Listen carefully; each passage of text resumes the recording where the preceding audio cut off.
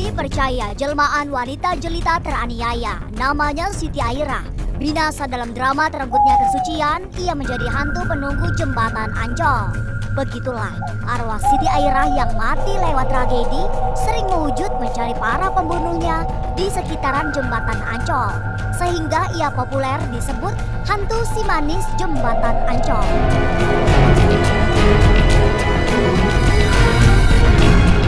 Mengalir dari era Batavia di tahun 1817-an, kisah Siti Airah terus dipelihara dalam ingatan publik. Berawal sekedar cerita tutur, hantu si manis jembatan Ancol masyhur hingga kini. Termasuk versi bahwa si manis dipercaya merupakan jelmaan wanita bernama Mariam. Setidaknya itu merujuk pada cerita film dan sinetron yang pernah sangat populer.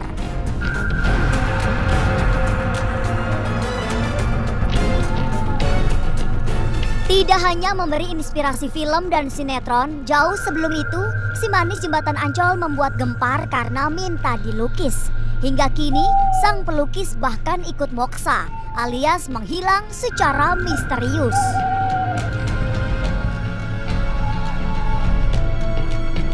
Kisah si manis terus memberi mistis. Konon ia dipercaya menjadi penyebab berbagai kecelakaan maut di sekitar jembatan Ancol. Warga setempat juga merasa si manis masih sering hadir untuk mengganggu manusia. Seperti apa hasil penelusurannya? Inilah segala yang di luar nalar dari si manis jembatan Ancol. Saya Soraya Diva akan mengajak Anda untuk mengupas misteri dari berbagai sisi agar tak lagi menjadi teka-teki. Tak lekang dari ingatan kita tentang kisah si manis jembatan Ancol yang memang masih menyisakan klinik hingga membuat hati bergidik. Dan jembatan inilah kisah si manis atau Mariam bermula sejak berabad tahun silam. Ragam kejadian di luar nalar memang masih sering terjadi dan dirasakan oleh warga sekitar jembatan ini. Lalu seperti apa sebenarnya fenomena yang terjadi? Ini dia si manis jembatan Ancol, hantu dari wilayah utara Jakarta yang ikut membesarkan generasi Indonesia lewat film dan sinetron. Batas antara legenda dan cerita rekaan sangat bias, tipis, dan saling bercampuran.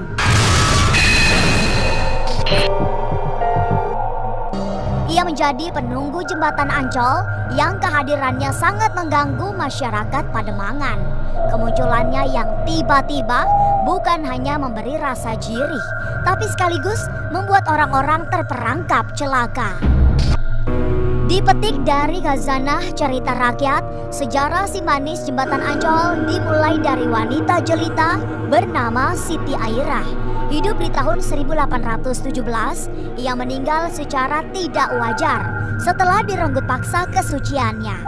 Sementara itu, versi yang lebih modern muncul lewat film dan sinetron.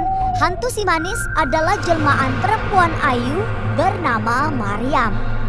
Popularitas si manis jembatan Ancol begitu besar, nyaris semua orang percaya ia nyata memberi rasa takut mereka yang melintasi jembatan Ancol.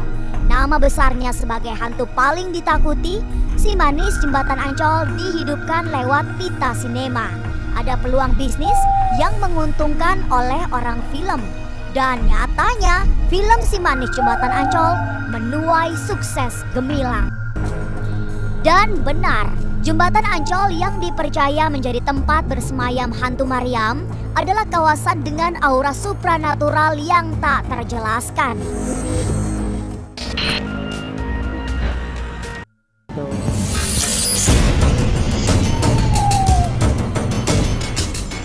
Suasana jembatan Ancol memang terlanjur seram sejak lama. Jauh sebelum menjadi hantu, kisah Mariam atau Siti Airah dalam versi lain sama-sama tragis. Entah versi mana yang benar, tapi dua-duanya binasa dengan cara paling menyedihkan. Dirusak paksa kesuciannya, dibunuh, serta dibuang ke sungai. Waktu itu pernah kejadian mobil sedan merah pagi-pagi sekitar setengah 6-an lah. Jadi bawa mobil dari arah Tanjung Priok mengarah ke kota. Ya kan? Di pas sebelah sini nih. Ke sini. Yaitu dia tahu supir yang ngantuk apa ya kan, tiba-tiba dia paling ke jalan dihantam dari arah kota ke arah Tanjung Priok. Ada lagi kejadian belum lama ini dari sini orang Bahari, dia mau nganterin istrinya kerja waktu itu di Ancol.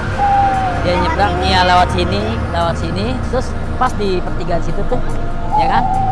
Jadi dia mau nyelip kontainer nggak dapet, disenggol taksi. Tiba-tiba si istri ini jatuh, posisinya ke depan, terjadilah kegiles. Setelah membuat warga Pademangan terus-terusan terganggu oleh kemunculannya, si Manis juga tak pernah berhenti menjadi tersangka. Benar, ia senantiasa disalahkan sebagai makhluk halus yang menjadi penyebab setiap kecelakaan maut di sekitaran Jembatan Ancol. Dari dua kejadian itu dan yang lain tadi Bapak sudah sebutkan, ada nggak sih Pak kaitannya dengan si Manis Jembatan Ancol? Ada sih sebagian warga ada yang menilai seperti itu, ada yang meyakini seperti itu. Tidak ada yang bisa menjelaskan sejak kapan Jembatan Ancol selalu diberi sesaji. Tapi itulah salah satu cara yang dipercaya yang bisa membuat si Manis rela hidup berdampingan meski di dua dunia berbeda. Cerita seram si Manis Jembatan Ancol hingga kini terus ditulis, tak ubahnya drama yang nyata. Sebagai hantu yang populer, ia mewujud dalam banyak kesempatan. Warga di sekitar Jembatan Ancol juga sering melihat sosok Mariam yang ingin menuntut balas. Ia akan datang menghantui siapa saja yang tak peduli keberadaannya. Sebaliknya, kepada mereka yang telah memberi sesaji bisa hidup lebih tenang. Barangkali benar, memang ada pertalian antara si Manis Jembatan Ancol versi Betawi atau versi film. Kepada mereka yang sudah tiada, akan sulit menemukan kaitan antara ritual dan sesaji dengan sosok Mariam. Tapi konon, sejak melakukan semua yang metafisika itu, hantu Mariam si Manis Jembatan Ancol sangat jarang mengganggu warga Pademangan. Dan inilah sesaji yang biasanya dipersembahkan kepada penunggu alam gaib Jembatan Ancol. Sebagai penunggu Jembatan Ancol, hantu Mariam bisa menghampiri siapa saja. Ia juga dapat mewujud dalam berbagai bentuk sehingga membuatnya tidak mudah teridentifikasi. Kemunculan hantu Mariam memang bisa menyerupai apapun. Ia bahkan pernah datang ke seorang seniman pasar seni Ancol untuk dilukis kemolekan tubuhnya. Tapi apa yang terjadi? Wanita cantik yang tengah dilukisnya menghilang secara misterius. Kini pun sang pelukis juga dikabarkan ikut menghilang.